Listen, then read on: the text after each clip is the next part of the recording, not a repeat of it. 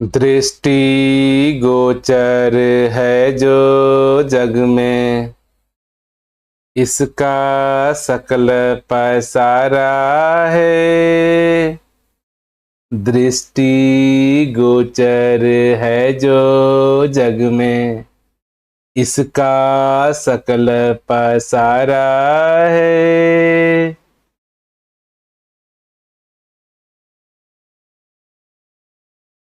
ये वाणी हमको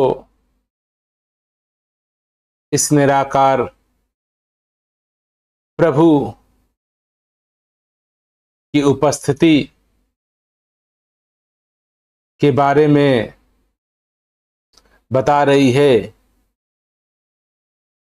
दृष्टि गोचर है जो जग में, इसका सकल पसारा है।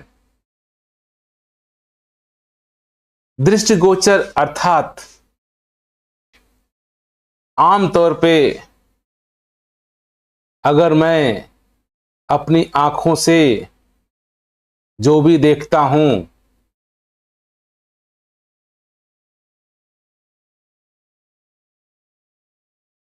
वो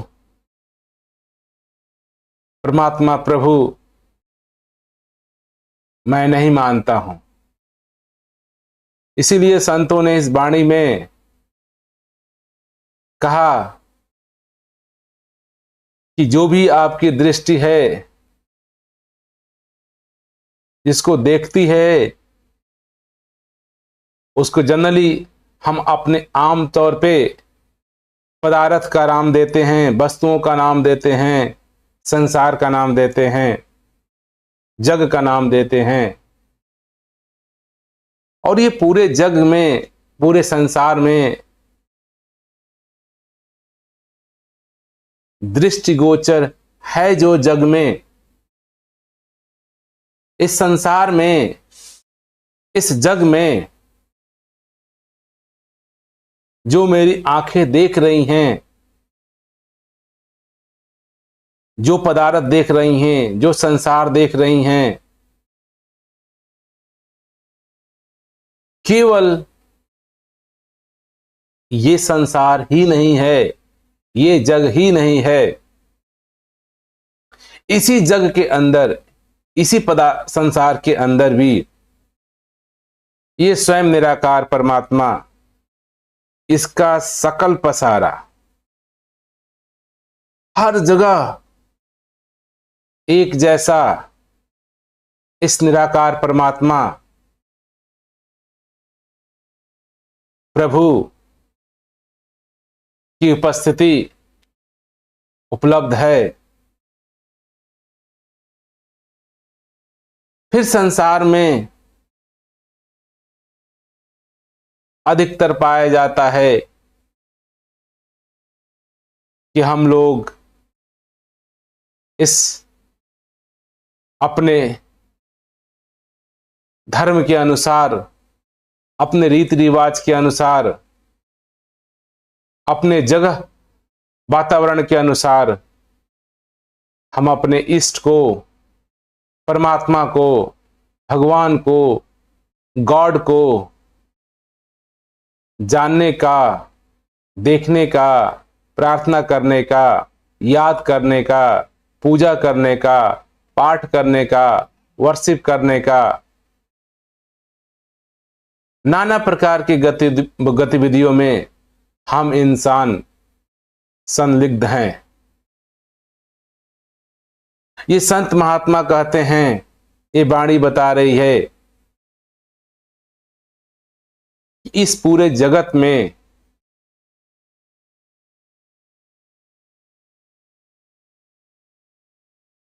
ही इसका सकल ये स्वयं मौजूद है, उपस्थित है। ये हमारी आंखें हैं, हमारे 5 ज्ञानेंद्रियां हैं, जिससे ये संभव नहीं हो पा रहा है कि जो निराकार परमात्मा अथाह इस जगत में इस संसार में उपलब्ध है, उपस्थित है, फिर भी हम इससे अनजान हैं, फिर भी हम इसकी तलाश कर रहे हैं, फिर भी हम इसकी खोज कर रहे हैं। तो यहां पे वाणी समझा रही है, ये निराकार परमात्मा को दृष्टिगोचर, क्योंकि जनरली हम प्रभु परमात्मा को अपने जो 5 ऑर्गन सेंस है, चाहे वो मेरी आंख हो, चाहे मेरी त्वचा हो, चाहे मेरे कान हो, चाहे मेरे जीभ हो, इन सभी से हम या तो देखना चाहते हैं, या तो सुनना चाहते हैं, या तो महसूस करना चाहते हैं।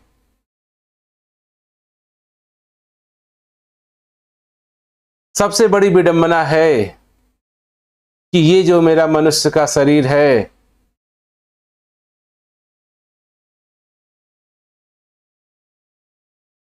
इस शरीर के सभी गुण, सभी अंग, सभी क्षमताएं, सभी इसके ताकत लिमिटेड हैं, छोटे हैं, सीमित हैं। उदाहरण के तौर पर मेरी आवाज सीमित है। मैं बोलता हूं तो मेरी आवाज कुछ दूरी तक जाती है और फिर समाप्त हो जाती है। मेरे कान कुछ दूरी की आवाज को सुन पाते हैं और उसके बाद की आवाज को नहीं सुन पाते। मेरी आंखें कुछ दूरी तक पदार्थ को, वस्तुओं को देख पाती है और उसके बाद नहीं देख पाती है। तो ये कहना कि जो मेरे 5 ऑर्गन सेंस के अनुभव में, सुनने में, देखने में नहीं आता है, वो है नहीं। अधिकतर दास इंसान को बात करते हुए पाता है कि कई लोग कहते हैं कि प्रभु परमात्मा है नहीं, और कई लोग कहते हैं प्रभु परमात्मा है। जिनको हम धार्मिक कहते हैं, जिनको हम आस्तिक कहते हैं, उनका मानना है कि प्रभु परमात्मा है, और कुछ लोग जिनको हम अनास्तिक कहते हैं, जिनको अधार्मिक कहते हैं, उनके अनुसार ये परमात्मा नहीं है, क्योंकि वो हमारे बोध में नहीं आता। हम इन आंखों से देख नहीं पाते हैं, हम इन कानों से सुन नहीं पाते हैं, हम इस त्वचा से महसूस नहीं कर पाते हैं, हम उसको अपने जीभ से, टंग से टेस्ट नहीं कर पाते हैं। ये कारण है कि परमात्मा मौजूद नहीं है। वैज्ञानिक का भी मानना है कि कोई परमात्मा, कोई ईश्वर नहीं है, क्योंकि जो भी उनके पास संसाधन हैं आज के दिन में, जो भी वैज्ञानिक के रूप में इंस्ट्रूमेंट उनके पास हैं, उनके ऊपर इस परमात्मा को शायद देखा नहीं जा सकता, प्रयोगशाला में सिद्ध नहीं किया जा सकता। तो वैज्ञानिकों का मानना है कि जिस चीज को मैं प्रयोगशाला में सिद्ध नहीं कर पाऊं, उसको नाम नहीं दे पाऊं, उसका टेस्ट नहीं कर पाऊं, उसका गुण विशेषता नहीं निकाल पाऊं, तो वैज्ञानिक कहता है कि वो चीज है नहीं। अभी तक विज्ञान के हिसाब से जो भी चीजों को वैज्ञानिकों ने खोजा, प्रयोग किया, प्रयोगशाला में टेस्ट किया, उनकी गुण विशेषता देखे, उसके हिसाब से उन्होंने उसके नामकरण कर दिए, नाम दे दिए। तो क्या ये मान लेना कि वैज्ञानिक दृष्टि सही है, या क्या ये मान लेना कि उन मानव की दृष्टि सही है जो कहते हैं कि मैं देख नहीं पाता हूं, मैं महसूस नहीं कर पाता हूं, मैं प्रभु को जान नहीं पाता हूं। तो ये क्या कहना, ये क्या जताना, ये सार्थक है कि हम कह देते हैं कि ये है ही नहीं? ये भी तो हो सकता है कि जो भी मेरे पास साधन है, जिस साधन से मैं इस परमात्मा को, इस प्रभु को देखना चाह रहे हैं, खोजना चाह रहे हैं, जानना चाह रहे हैं, शायद वो साधन ही सक्षम नहीं है, शायद साधन ही वो पूरा नहीं है। इस बात पे क्यों नहीं हम ख्याल कर पाते, क्यों नहीं विचार कर पाते? धार्मिक धारणा के हिसाब से जो चीज मेरे समझ में नहीं आती उसको रहस्य कहा जाता है कि कुछ रहस्य है। विज्ञान कहता है कि इस जगत में कोई रहस्य नहीं, कोई परमात्मा नहीं, कोई प्रभु नहीं, कोई ईश्वर नहीं। क्योंकि वैज्ञानिक दृष्टि में जो भी वैज्ञानिक संसाधन उपलब्ध हैं उनसे मैं उनको प्रयोगशाला में सिद्ध नहीं कर पाता हूं। तो सोचने की बात है, प्रयोगशाला में हम जो सिद्ध करते हैं, गुणों को जो टेस्ट करते हैं, जो संसाधन हमने पैदा किए हैं, शायद उस संसाधनों की, उस इंस्ट्रूमेंट की भी तो लिमिटेशन हो सकती है, कमियां हो सकती हैं।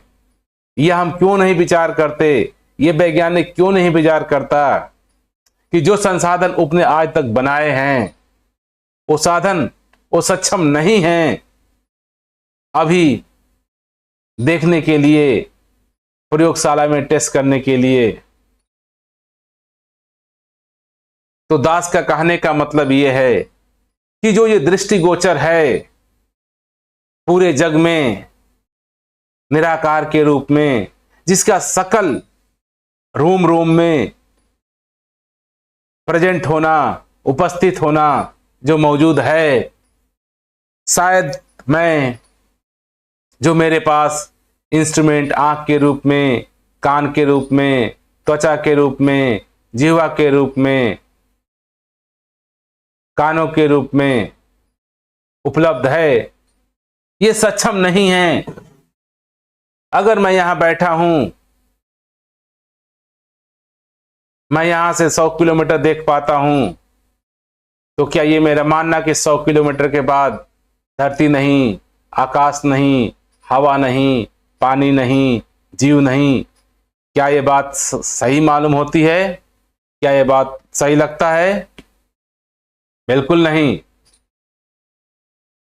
क्योंकि ये मेरी, जो मेरे पास संसाधन है उसकी लिमिटेशन है, उनकी कमजोरियां हैं।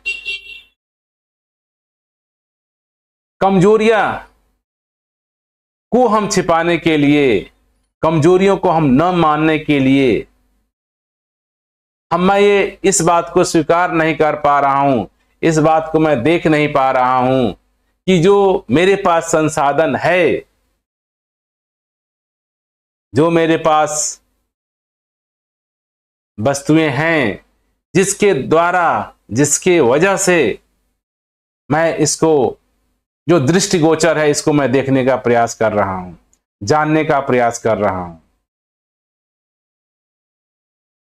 जिस दिन मेरे जहन में, ये ध्यान में, एक ख्याल में बात आ जाती है कि शायद मेरी आंखें सक्षम नहीं हैं, शायद मेरे कान सक्षम नहीं हैं, शायद मेरी त्वचा सक्षम नहीं है, शायद मेरी जिह्वा, टंग सक्षम नहीं है इसके स्वाद को लेने में, जिस दिन मुझे ये अनुभूति, जानकारी होती है, उसी दिन मेरे जीवन में एक संभावना, एक ऑप्शन आ जाता है जानकारी करने का, खोज करने का, आगे बढ़ने का। अगर मुझे पता हो जाए कि यहां से 100 किलोमीटर के बाद से मेरी आंखें नहीं देख पा रही हैं, तो इसके आगे कुछ हो सकता है या नहीं हो सकता है। इसके लिए अगर मैं मान लूं कि हाँ उसके आगे कुछ हो सकता है, जो मेरी आंखें दिखा रही हैं ये इसकी कमियां हैं, उसके आगे भी कुछ हो सकता है। अगर जैसे मैं ये प्रश्न, ये खोज, ये विचार लाता हूं, तो मेरे अंदर एक जागृति, एक ध्यान, एक ख्याल आता है, let's go and find out. तो हम फिर चलना शुरू करते हैं। वहां पे जाते हैं तो देखते हैं कि और आगे जहान है, और आगे धरती है, और आगे आसमान है। तो जो मेरा पहले का मानना हुआ वो गलत हो जाता है, जो विचार करना था वो गलत हो जाता है। तो इसी को वैज्ञानिक दृष्टि से देखें तो वैज्ञानिक कहता है कि अभी तक जो भी साइंस ने अपने इंस्ट्रूमेंट से, अपने उपकरणों से संसार के जितने भी पदार्थ को जाना, महसूस किया, नामकरण किया, नाम दिया, उसको जानकारी कही, उसको ज्ञान कहा। लेकिन आज भी वैज्ञानिक का मानना है, वैज्ञानिक इस बात को स्वीकृति करता है कि अभी भी अनंत प्रकार के संसाधन, तत्व इस धरा पर, इस जग में उपस्थित हैं, जिनको वैज्ञानिक खोज कर रहे हैं। तो उसको उन्होंने अभी बोल दिया अज्ञेय कि ऐसी चीजें हैं जिन पे खोज नहीं हुई है, ऐसी जानकारियां हैं, ऐसे तत्व हैं, ऐसे एलिमेंट हैं, ऐसे ग्रह हैं, ऐसे जगह हैं, ऐसे हवाएं हैं, ऐसे गैसेस हैं, ऐसे तत्व हैं जिनकी संभावना है विज्ञान के पास कि अभी खोजी जाएगी। यही कारण है कि आज दिन पर दिन विकास, विज्ञान में प्रगति हो रही है, विज्ञान आगे से आगे बढ़ता जा रहा है। कारण है कि ये संसार अनंत है, पदार्थ अनंत हैं, गैसें अनंत है, जीव जंतु अनंत हैं, पेड़ पौधे अनंत हैं। हर चीज का वैज्ञानिक अपने प्रयोगशाला में प्रयोग करने का प्रयास कर रहा है, समझने का प्रयास कर रहा है। तो ये वाणी कह रही है कि दृष्टिगोचर है जो जग में, जिसका सकल पसारा है, जिसको मैं भगवान कह रहा हूं, जिसको मैं परमात्मा कह रहा हूं, जिसको मैं आत्मा कह रहा हूं, ये शायद हमारे इन आंखों से नजर नहीं आती, क्योंकि ये जो दृष्टिगोचर है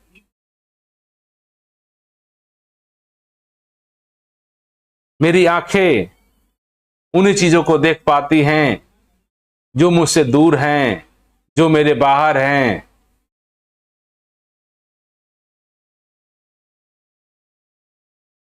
लेकिन ये निराकार परमात्मा ऐसा नहीं कि बहुत दूर है इसलिए मेरी आंखें नहीं देख पा रही हैं।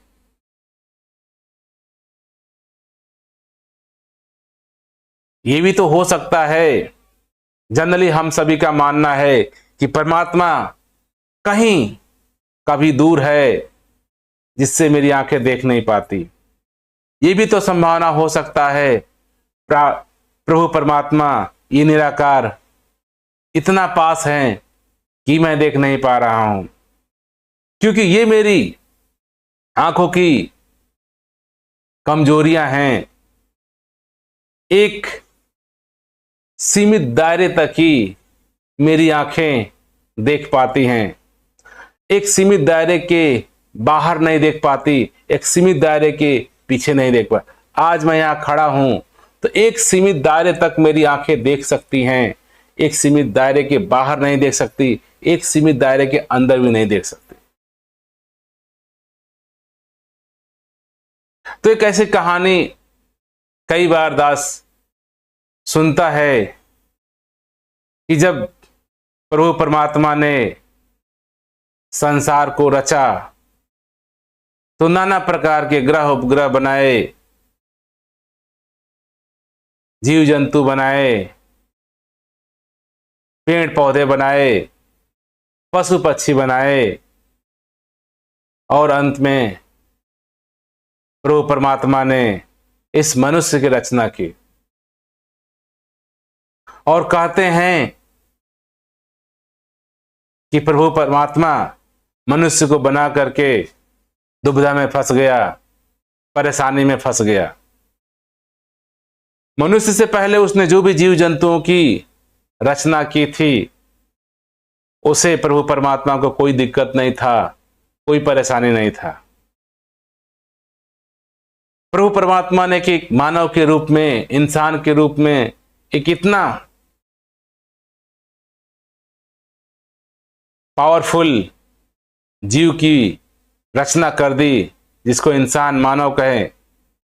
इसने कहा, प्रभु ने सोच कहा कि ये इंसान कहीं ना कहीं मुझे परेशान करेगा, क्योंकि इसके पास अथाह क्षमताएं हैं, इसके पास सोचने की मैंने क्षमता दे दी, विचार करने की क्षमता दे दी, और साथ में इसको संग्रह करने की क्षमता दे दी। और आज तक मानना है कि प्रभु परमात्मा ने जैसे जैसे प्रकृति की रचना की, उसके हिसाब से ज्यादा उसमें इंस्ट्रूमेंट, ताकत, एनर्जी भरता गया। जब इंसान तक पहुंचा तो इंसान को मस्तिष्क के रूप में वो सारे शक्तियां सोचने की, समझने की, संग्रह करने की प्रदान कर दी। और फिर परमात्मा सोच में पड़ गया, ये इंसान, ये मानव एक दिन मुझे भी परेशान कर सकता है, ये मुझे भी खोज सकता है, मुझे भी ढूंढ सकता है, मेरे पास आ सकता है, नाना प्रकार के प्रश्न, नाना प्रकार के जंजाल खड़ा कर सकता है। तो कहानी बताती है, प्रभु जब परेशान हो गए तो उन्होंने नाना प्रकार के देवी देवताओं से ये सलाह लिया कि अब क्या करना चाहिए। तो नाना प्रकार के देवता, देवी, सज्जन लोग सलाह देते रहे कि आप कहीं पर्वतों में चले जाएं, आप कहीं मंदिरों में चले जाएं, आप कहीं हिमालय में चले जाएं, आप कहीं ऐसे, किसी ने कहा आप दूसरे ग्रहों में चले जाएं, कहीं चले जाएं। प्रभु परमात्मा ने उन सारी बातों को संभावना के तौर पर रखा कि आज इंसान जंगलों में भी जा सकता है, हिमालयों पर भी पहुंच सकता है, आज इंसान दूसरे ग्रहों पर भी पहुंच सकता है। इतनी इसके पास क्षमता है, सोच है, बुद्धि है, विकास है। ये सारे जो ऑप्शन प्रभु के सामने देवताओं ने रखे, वो कहते हैं कि सारा ऑप्शन प्रभु परमात्मा ने कहा कि जिस तरह का मैंने आज इंसान बना दिया है, ये सक्षम है, समय लग सकता है, देर हो सकती है, कि लेकिन ये हर मंजिलों को, हर जगह को, चाहे वो जंगल हो, वीरान हो, पताल हो, आकाश हो, मंदिर हो, मस्जिद हो, हिमालय हो, दूसरे ग्रह हो, उपग्रह हो, इस मनुष्य के पास वो सारी संभावनाएं हैं, ये वहां पहुंच सकता है। तब एक सलाह आया कि तब तो एक ही रास्ता बनता है कि आप इस इंसान, इस मनुष्य के अंदर ही निवास करो, अंदर ही चले जाओ। जहां तक जो आपने इस इंसान मानव की खूबियां बताई, ये हमेशा जो भी आपने इसके अंदर जो ये 5 ज्ञानेंद्रिय, कर्मेंद्रिय आपने देखा, ये सारी ही इंसान के बाहर की इंफॉर्मेशन, बाहर की सूचनाएं देती हैं। आंख भी बाहर की दृश्य देखती है, कान भी बाहर की आवाज सुनते हैं, त्वचा भी बाहर के वातावरण को अनुभव करती है। तो जो भी ये मनुष्य है वो बाहर दूरी को तय करता है, पूरा करता है और वहां पहुंचता जाता है। और आज वो कहानी जो भी कहानी के रूप में है, ये सही है कि गलत है, दास इस बात की भी विवेचना नहीं करेगा। लेकिन जो ये कहानी कहने का मकसद है, जो ये कहना चाह रही है, आज वो इंसान उस तरक्की पे पहुंच चुका है कि वो संसार इस धरती के एक ग्रह से दूसरे ग्रह पे भी जा चुका है, हिमालय पे भी जा चुका है, जंगलों में जा चुका है, पानी के अंदर भी जा चुका है, आकाश पाताल में उसकी उपस्थिति है। अर्थात जिस तरीके से प्रभु ने इस मानव समाज की रचना की, जो बाहर की दौड़, बाहर को देखना, बाहर को सुनना, उसके हिसाब से ये देखता है। यही कारण है कि आज ये प्रभु परमात्मा हर जीव जंतु के अंदर, हर पदार्थ के अंदर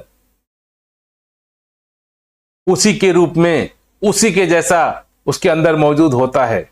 और हम इंसान बचपन से लेकर के मृत्यु तक सिर्फ बाहर के लिए, बाहर की वस्तुओं के लिए दौड़ लगाए हैं। मुझे धन चाहिए, मुझे घर चाहिए, मुझे मकान चाहिए, मुझे इस जगह जाना है, मुझे उस जगह जाना है। ये कारण क्या है? कभी भी इंसान एक बार को विचार नहीं करता, सोचता नहीं। ये प्रभु ने इस मानव को बहुत ज्यादा ही बुद्धिमत्ता दी है। जहां तक हम अपने होश को संभाल पाए हैं, इस्तेमाल कर पाए हैं, आमतौर पे हम अपने जो भी मेरे पास पावरफुल शक्तियां, चाहे मस्तिष्क के रूप में, दिमाग के रूप में, मन के रूप में, आंखों के रूप में, कानों के रूप में, त्वचा के रूप में, नाकों के रूप में, किसी भी मामले में हो, अभी तक हम सिर्फ और सिर्फ अपने से बाहर के लिए ही इस्तेमाल करते चले आ रहे हैं। लेकिन इसका मतलब यह नहीं कि ये सिर्फ बाहर ही सफर तय कर सकता है। ये इंसान के पास अथाह शक्तियां हैं, अथाह क्षमताएं हैं। ये बाहर क्या, अंदर भी सफर कर सकता है, चारों तरफ सफर कर सकता है। ये जो हमारी चेतना है, ये जो मैं हूं, ये जो मेरा स्वभाव है, ये स्वयं परमात्मा का स्वभाव है। परमात्मा अंदर हो गया, अर्थात परमात्मा ही सबके घट से, सबके जीवों के रूप में, जंतुओं के रूप में स्वयं परमात्मा ही जी रहा है। परमात्मा अंदर है। इससे कई बार ये भी मन में ध्यान आ जाता है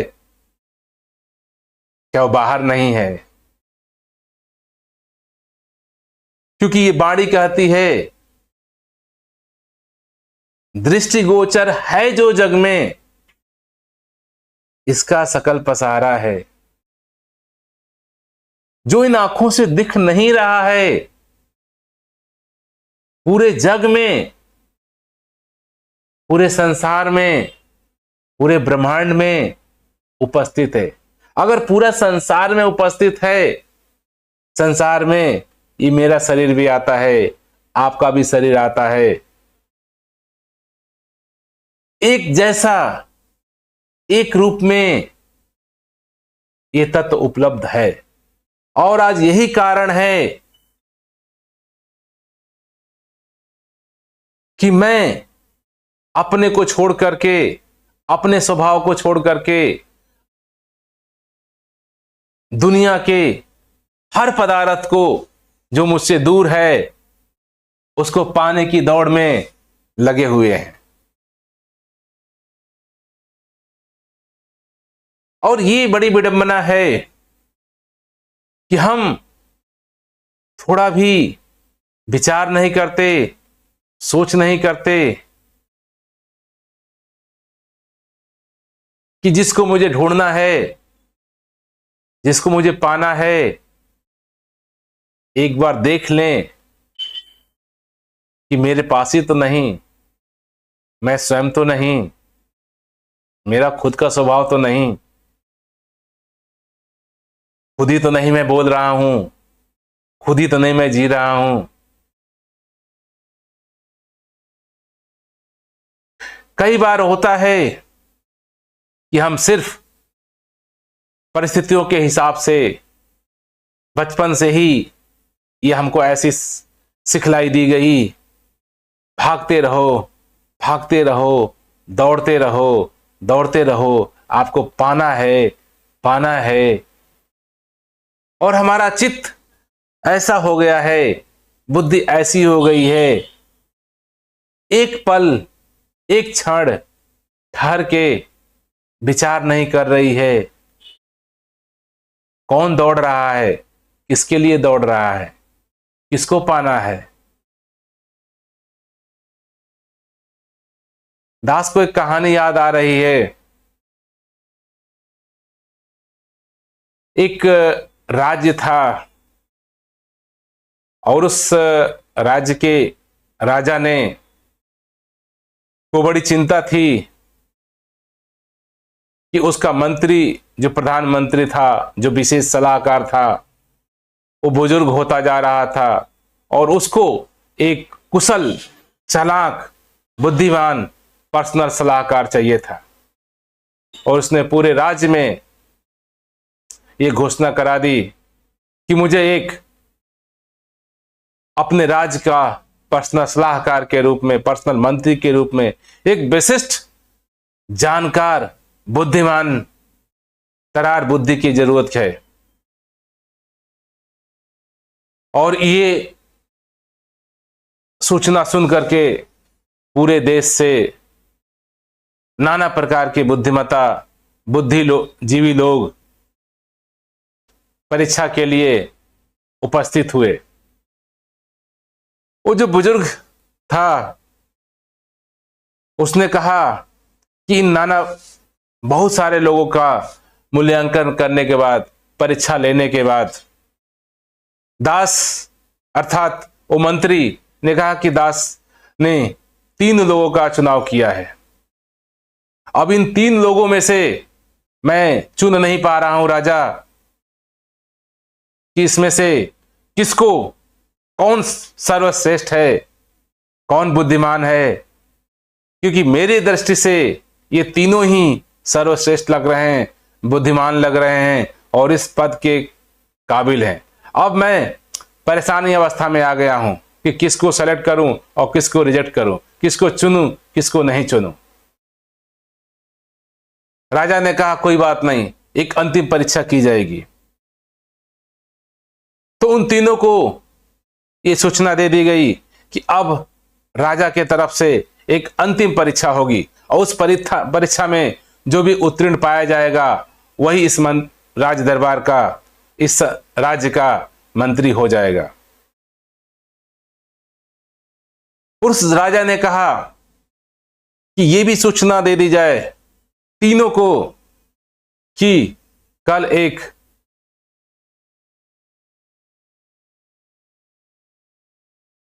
मैथ, गणित का प्रश्न दिया जाएगा, कुछ अंकों का प्रश्न दिया जाएगा और उस मैथमेटिक्स के हिसाब से, गणित के हिसाब से वो प्रश्न भी जाहिर कर दिया गया। वो बता दिया गया कि गणित का एक प्रश्न है, एक पहेली होगी और आप तीनों को हल करना है। जो पहले हल कर लेगा वही इस राज्य का मंत्री हो जाएगा। और यह घोषणा कर दी गई और कहा गया 1 दिन बाद आप लोगों की परीक्षा होगी। 1 दिन का समय आपको दिया जाता है, जितना पढ़ाई कर लीजिए, विद्या कर लीजिए, देख लीजिए।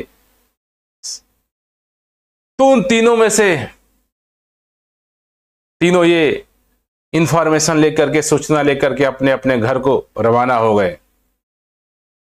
एक तो व्यक्ति पहला जो था वो तुरंत बाजार में जाकर के नाना प्रकार की पहेलियों का,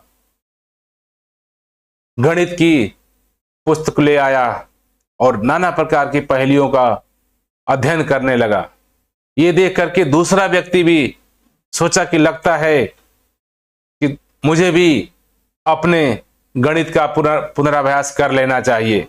वो भी, उसके पास नाना प्रकार की पुस्तकें थी, वो भी उसको उठा करके अध्ययन करने लगा। क्योंकि ये समय थोड़ा सा था, इस समय के दौरान उनका मानना था कि हम सभी अपना दोहरा लें, याद कर लें। और एक तीसरा व्यक्ति था, उसने कहा कि परीक्षा के लिए थोड़ा सा आराम कर लेना चाहिए, क्योंकि जिंदगी भर बहुत सारी पढ़ाई कर चुका हूं, थोड़ा सा रेस्ट कर लेना चाहिए। और वो व्यक्ति अपना पूरी सही तरीके से अपना स्नान करके, सुंदर तरीके से भोजन वोजन खा करके और आराम से आराम करने लगा। वो एक दिन गुजर गया, अगले दिन परीक्षा का समय आ गया। तीनों वहां पहुंच गए और राजा के महल में पहुंचे। राजा ने कहा, राजा उनको एक बड़े से कमरे के अंदर ले गया और कहा कि इस कमरे को बाहर से बंद कर दिया जाएगा और इस जो कमरे का जो लॉक सिस्टम है, जो ताला सिस्टम है, वो एक नंबरों का गेम है। अगर इस नंबर को सही ढंग से आपने अरेंज कर दिया तो ये ताला खुल जाएगा। और जो भी तीनों में से आप पहले ताला खोल करके, लॉक सिस्टम को अनलॉक करके बाहर आ जाएगा, वही इस परीक्षा का उत्तीर्ण प्रार्थी होगा। ये कह करके राजा चले गए और दरवाजा बंद हो गया। अब जो दो व्यक्ति थे जिन्होंने रात भर पढ़ाई लिखाई की थी और फिर भी थोड़ी बहुत गणित की पहेलियों की पुस्तकें छिपा करके लाए थे और उन अगेन फिर से वही किताब खोल करके, पुस्तकें खोल करके, उस नंबरों को देख करके और वो सवाल को हल करने में लग गए। सारे पुस्तकें जो भी लाए थे छुपा के, चुरा के, नकल के माध्यम से वहां पे प्रयोग करने लगे। बड़े हड़बड़ी में थे, जल्दी से कहते थे कि मैं सॉल्व कर लूं और मैं सॉल्व कर लूं। इतना चित्त हड़बड़ी में था, इतना चित्त जल्दी में था कि वो प्रश्न मैं पहले हल कर लूं और मैं पहले हल कर लूं। दोनों ही हल करने की अवस्था में हड़बड़ी में पुस्तक को देखते गए और उन्होंने देखा तीसरा व्यक्ति शांत से बैठा है। तो उन लोगों ने, दोनों ने सोचा कि शायद इसने हार मार लिया है पहले ही, ये कुछ प्रयत्न नहीं कर रहा है, कुछ कोशिश नहीं कर रहा है। लेकिन ये दोनों व्यक्ति भाग दौड़ में सारे पुस्तकें खोजने लगे। खोजने में इतना तल्लीन हो गए अपने अपने पुस्तकों को, नंबरों सिस्टम को, कि ये लगेगा, ये लगेगा। अब थोड़ी देर बाद देखते हैं कि राजा अंदर आते हैं और राजा के साथ वो तीसरा व्यक्ति भी अंदर आता है। कहते हैं, आप लोग अपनी इस पुस्तकों को ढूंढना बंद करिए। राजा जिसको चुनना था, जिसको उत्तीर्ण होना था, वो हो चुका है। तब वो दोनों ने देखा, अरे ये कैसे हो गया? अभी हम तो प्रश्नों को ढूंढने में ही, उत्तर को निकालने में ही लगे हुए थे। तो राजा ने कहा कि ये आपके दौड़ते हुए, भागते हुए चित्त का परिणाम है कि आप अभी भी दौड़ रहे हैं, भाग रहे हैं। कभी एक बार चित्त को शांत करके, ठहर करके, रुक करके भी समस्याओं को देखा जा सकता है। इस व्यक्ति ने जिस समस्या को दी गया हल करने के लिए एक बार देख भी लिया कि समस्या है क्या, समस्या है भी कि नहीं है। दरवाजा खुला ही था, ये व्यक्ति गया, दरवाजा खुला और बाहर निकल आया। कुछ करना नहीं था और वो दोनों बड़े हैरान हो गए। कहने का भाव है, जिसका चित्त, जिसका मन शांत, ठहर के, शांति से, सुकून से एक बार देख ले कि जिसकी भाग कर रहे हैं, जिसकी दौड़ कर रहे हैं, जिसको पाना चाह रहे हैं, क्या भागने की जरूरत है, क्या दौड़ने की जरूरत है, क्या खोजने की जरूरत है, या भी नहीं। यही संत महात्मा जितने भी हुए, सत्य पुरुष जितने भी हुए, उन्होंने यही किया कि संसार की जो भाग दौड़ थी, संसार की जो गतिविधियां थी, सुबह से शाम तक दौड़ने की, कमाने की, इकट्ठा करने की, पाने की, संग्रह करने की, अपने आप को बड़ा करने की, इन सब भाग दौड़ से संत महात्मा, सत्य पुरुष एक बार ठहर करके, एक बार रुक करके, चित्त को शांत करके ये विचार करते हैं, ये प्रश्न करते हैं, क्या भागना, क्या दौड़ना जरूरत है भी कि नहीं। शायद दरवाजा खुला ही हुआ है, शायद सुख अवेलेबल ही है, चाहे आनंद अवेलेबल ही है, परमात्मा अवेलेबल ही है, प्रभु उपलब्धि है, ऐसा भी तो हो सकता है। ये चित्त में हमारे कभी आता ही नहीं, ध्यान में कभी आता ही नहीं। क्यों? कि बचपन से हमारी ऐसी सिखलाई हुई है जिसमें मेरा मन नाना प्रकार की भाग दौड़, मन क्या, हमारे माता पिता ने, सगे संबंधियों ने, रिश्तेदारों ने, सबने यही सिखाया कि दौड़ो, भागो, मेहनत करो, नहीं करोगे तो कुछ नहीं मिलेगा। और इस भाग दौड़ की दुनिया में मैं भागने लगा, मैं भागने लगा, मैं दौड़ने लगा।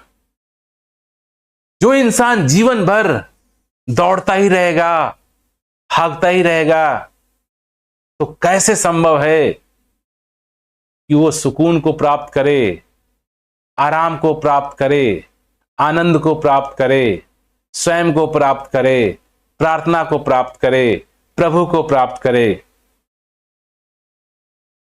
तो जितने भी संत महात्मा हुए हैं वो स्थिर हो गए हैं, शांत हो गए हैं।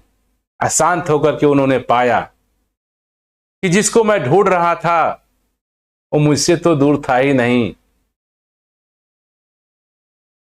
दूर के लिए तो थोड़ा भी अंतर होता है, कोई अंतर ही नहीं मेरे में और जिसको मैं ढूंढ रहा था।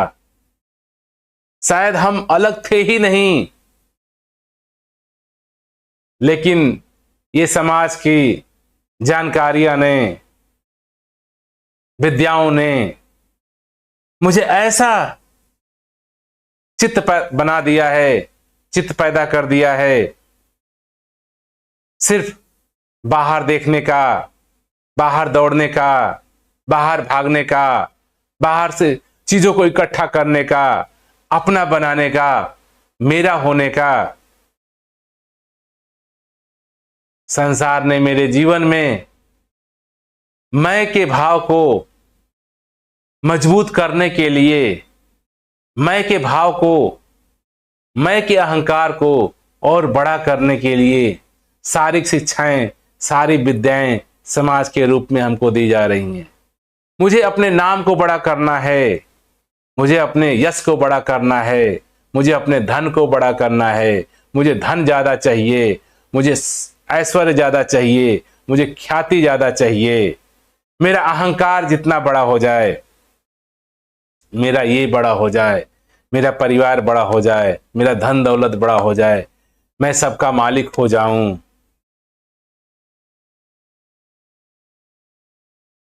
ये मेरे का भाव, मेरे को बड़ा करने का भाव, मेरे को अहंकार की तृप्ति का भाव ऐसा नशा के रूप में मेरे जीवन में चढ़ गया है कि मैं एक पल के लिए रुकता नहीं हूं, एक पल के लिए ठहरता नहीं हूं, एक पल के लिए ठहर के देखता नहीं हूं। आप ध्यान से देखेंगे तो आप एक पल भी ठहरते नहीं हैं, एक पल भी। लोग कहते हैं, दास कई बार कहीं घूमने जाता है, पार्क में, घूमने वाले जगहों पे, तो दास देखता है अक्सर लोग देखने के मकसद से, पार्क को देखने के मकसद से, जगह को देखने के मकसद से गए तो हैं। उन लोगों का ध्यान तो सही था, चलो आज पार्क में घूम आते हैं, थोड़ा अच्छा लगेगा, थोड़ा खूबसूरत सीन को, दृश्य को देखा जाए, आनंद लिया जाए। लेकिन जैसे ही हम पार्क में जाते हैं, पार्क को हम देखते ही नहीं हैं। आजकल के टेक्नोलॉजी के युग में, मोबाइल के युग में, हम गए तो घूमने पार्क में, पार्क के सौंदर्य को देखने गए, लेकिन जैसे ही पार्क में पहुंचते हैं, हम अपने मोबाइलों से, कैमरों से, हमारे नजर मेरे मोबाइल पे चला जाता है कि मोबाइल में ये चित्र कैसा आ रहा है। मैं अपना पिक लेता हूं, पहाड़ों का लेता हूं, पौधों का लेता हूं, फूलों का लेता हूं। फूलों का पिक सही आ रहा है कि नहीं, सही पोजीशन मेरा आ रहा है कि नहीं, मेरा फोटो सही आ रहा है कि नहीं, ये सही से दिख रहा है कि नहीं। तो हम घूमने गए हैं, हम वर्तमान में नहीं होते हैं। हम सोचते हैं कि अच्छा पिक आ जाए, फिर भी सही दिखना चाहिए, जाके घर में इसको देखूंगा, अपना पिक्चर अच्छा दिखना चाहिए, बैकग्राउंड अच्छा आना चाहिए। हर पल, हर मोमेंट को हम कैप्चर कर लेना चाहते हैं, फोटो में कर लेते हैं, वीडियो बना लेते हैं, रिकॉर्डिंग कर लेते हैं। जितने समय तक हम पार्क में घूम रहे होते हैं, उतने समय तक आप देखेंगे तो आप बिल्कुल वहां नहीं होते हैं। एक फूल को आप देखते हैं, फूल को नहीं देख रहे होते हैं। आप कहते हैं कि ये ऐसा है, जिसको फोटो में कैमरा कर लें, चलो घर पे देखेंगे, आराम से देखेंगे। जो सामने फूल है, सामने सुंदरता है, सामने सुगंधित है, सामने वातावरण है, हम उस पे एक क्षण के लिए गौर नहीं करते हैं, ध्यान नहीं करते हैं, देखते नहीं सुंदरता को, खुशहाली को, नेचर को। जो नेचर का सुगंधित है, जो सुंदर वातावरण है, एक पल के लिए रुक करके उसको हम इस्तेमाल नहीं करते। सब कुछ कैमरे में बंद हो जाए, कैमरे में बंद हो जाए, देखेंगे बाद में, देखेंगे बाद में। तो हमारा चित्त, हमें लगता है कि हम घूमने भी गए हैं तो भी घूम नहीं रहे हैं, एक दूसरे ख्यालों में हैं कि ये कैप्चर कर लें, इसको आराम से इन सोशल मीडिया पे अपलोड करेंगे, लोग देखेंगे, मैं देखूंगा। अभी सामने है सुगंध, अभी सामने है खुशबू। क्या हम उस वातावरण को, क्या हम उस खुशबू को, क्या हम उस सुंदरता को, क्या हम उस महक को, क्या कैमरों में, क्या फोटो में, क्या बक्सों में, क्या कैद कर पाएंगे? नहीं। लेकिन हम यही कोशिश करने की कोशिश कर रहे हैं कि हम जहां हैं वहां मेरा चित्त, वहां मैं हूं ही नहीं, कहीं और हूं। भाग दौड़ में, भाग दौड़ में पूरे जीवन भर हम कभी भी एक पल के लिए, एक क्षण के लिए रुक करके, ठहर करके, जिस सुख की, जिस आनंद की, जिस परमात्मा की हम खोज कर रहे हैं, तलाश कर रहे हैं, जिस धन दौलत को पाने के लिए हम प्रयत्न हैं कि धन दौलत पा करके मुझे सुख की अनुभूति हो जाएगी, मुझे आनंद की अनुभूति हो जाएगी, अच्छा घर परिवार होने से जीवन आनंदमय हो जाएगा, अच्छा नौकरी पाने से, अच्छा पैसे पाने से घर में सुकून आ जाएगा, जीवन आरामदायक हो जाएगा, जीवन में आनंद आ जाएगा। जो अल्टीमेट गोल है मेरे इस जीवन का, हम सबने माना है कि हम कुछ प्रयत्न करेंगे, कुछ काम करेंगे, भागेंगे, दौड़ेंगे, जब मिल जाएगा तो मेरे पास सुकून होगा, आनंद होगा, चैन होगा, आराम होगा।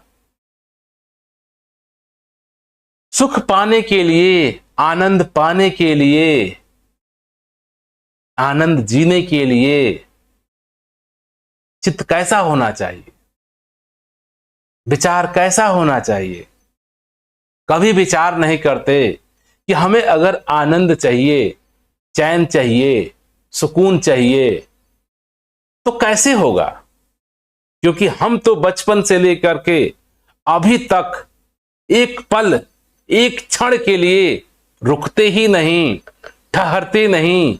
हम विचारों में चौबीसों घंटा दौड़ लगा रहे हैं।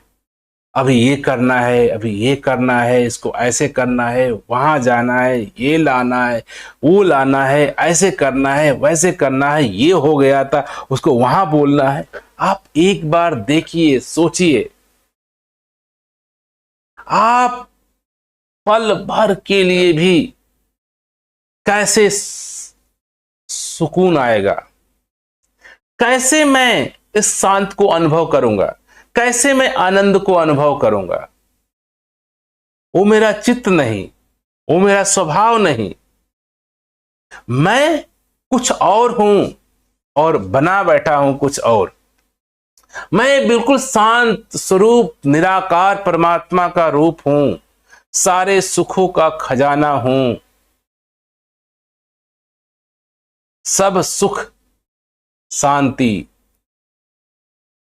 इस परमात्मा के साथ ही है, इस निराकार के साथ ही है। लेकिन ये मेरा कभी चित्त, ये मेरा कभी जहन में, कभी ख्याल में ये आता ही नहीं। तो ये जो बाणी कह रही है, दृष्टि गोचर है जो जग में, जिसका सकल पसारा है, इसका सकल पसारा है। यही परमात्मा निराकार रोम रोम में, मेरे अंदर, आपके अंदर, सबके अंदर, सब पूरे जग में दृष्टि गोचर है जो जग में, पूरे ब्रह्मांड में है, निगाह नहीं है। दृष्टिगोचर है जो जग में, इसका सकल पसारा। ये जो आपके पास है, अंदर बाहर लब लब भरा हुआ उपलब्ध है, ये आपका स्वभाव है, ये आपका स्वरूप है, ये आपका रूप है, ये आप स्वयं हो। और हम स्वयं को भूल बैठे हैं, स्वयं को खो बैठे हैं, स्वयं को भुला बैठे हैं तो स्वयं, लेकिन समाज की विद्याओं से, जानकारियों से अपने आप को कोई और मान बैठे हैं। मैं कुछ और हूं ऐसा लगता है। मैं एक पदार्थ हूं, मैं एक व्यक्ति हूं, मैं एक इंसान हूं। मैं अपने आप को बड़े सीमित एक दायरे में, एक अलग परिभाषित कर बैठा हूं। मैं कुछ अलग हूं इस अस्तित्व से। ऐसा भावना, ऐसा भाव, ऐसा ख्याल मेरा ही मेरे जीवन को जीवन जीने नहीं देता, जीवन को अनुभव नहीं करने देता, जीवन को उत्सव मनाने नहीं देता, जीवन को आनंद नहीं करने देता, जीवन में सुकून चैन नहीं आता। कारण है मैं अपने स्वभाव को भूल करके, हकीकत में नहीं, जस्ट भूल करके, अंधकार बस, अज्ञान बस कुछ और मान बैठा हूं कि मैं कुछ और हूं, मैं अलग हूं। ये भाव, ये अंधकार, ये ख्याल ही कि मैं इस निराकार परमात्मा जो जग में, पूरे ब्रह्मांड में एक रूप से एक जैसा उपलब्ध है, मौजूद है, यही सारे जगत के होने का, बनने का कारण है। सारे सुख दुख इसी के हैं। जब ये मेरा स्वरूप, मेरा स्वभाव की लखता मुझे अंडरस्टैंडिंग, समझ हो जाती है, उसी दिन से मैं जीवन जीने लगता हूं। जीवन जीवन हो जाता है। अब जब तक मेरे जीवन में, जिसको मैं जीवन मान बैठा हूं, जिसको मैं जीवन सोचता हूं, जन्मना, भागते भागते भागते भागते मर जाना, संत महात्मा इसको जीवन नहीं कहते। आप इस गतिविधि को, पैदा और मरने को और इसके बीच घटनाओं को जीवन मानते हैं। आप हैं तो आप हैं, आपका अस्तित्व है तो आपका जन्म भी होता है, गतिविधियां भी होती है और आपके शरीर का मृत्यु भी होता है। आप इस पूरे जो जीवन की परिभाषा है से भी न्यारे हो, से भी दृष्टिगोचर हो, से भी अलग हो। आपका तो स्वरूप, स्वभाव पूरे जग में निराकार मय, निराकार रूप में उपस्थित है। तो हम सभी को अपने स्वतः के जो स्वभाव है, जो मैं हूं, जो अंदर बाहर हर जगह हूं, समस्त ब्रह्मांड में हूं, ऐसे स्वरूप का बोध होने के उपरांत ही, जिसको संत महात्माओं ने जीवन कहा, जीवन हो जाता है, हम जीवन जीने लगते हैं। तो दास इन्हीं बातों से इसको समझने का प्रयास करेगा कि दृष्टिगोचर है जो जग में, इसका सकल पसारा है। अर्थात पूरे संसार में हर जगह एक जैसा ये निराकार परमात्मा उपलब्ध है। यही आपके रोम रोम में, आपके घट घट में, आपके अंदर आपका स्वभाव है। ऐसे का समझ आ जाना, ऐसे का बोध आ जाना ही मेरा जीवन है।